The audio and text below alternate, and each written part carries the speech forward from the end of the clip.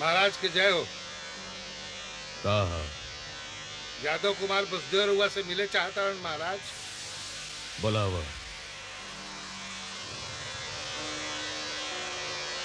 यादव कुमार बसदेव पधारी।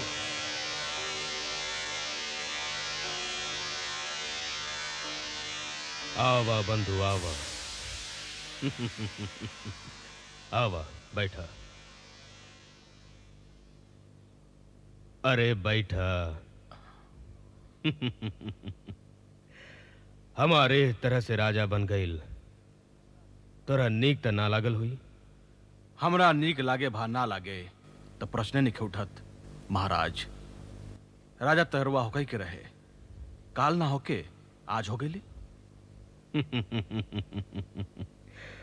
फिर वो साथी हवा सांच कहा। यदि मथुरा सिंहासन पर हमार आंख रहित तो अवश्य बाउर लागित।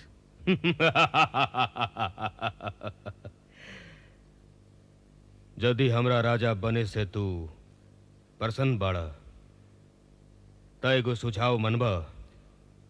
आदेश दी महाराज। आदेश ना बंधु, साथी के आदेश ना दिहल जाला। एगो सुझाव बा। साथी खातिर साथी के सुझाव भी आदेश से होखेला बंधु। कहीं हम चाहत हई कि अपना दुलारी बहिन देवकी के ब्याह तोहरा संगे कर दी, जेकरा से हमनी के ई दोस्ती नाता के डोरी से बना जाए। बाकी रोहिणी का तुहार हृदय अतना छोट बा वासुदेव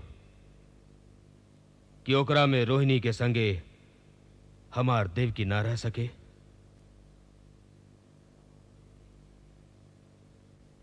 का महाराज हमरा के थोड़ी का सोचे के समय देहब? ना, काहे कि दोस्ती के बीच में सोच के दीवार ना होके चाहिए। ऐसे हमार मिताई के मान राखे खातिर बिना सोच ले ए संबंध के स्वीकार करला। ना तो हम राजा के आदेश टार सकीला और ना दोस्ती के सुझाव। तब फिर आवा गला मिलला। आज से हमनी एह पवित्र संबंध में बना जाई।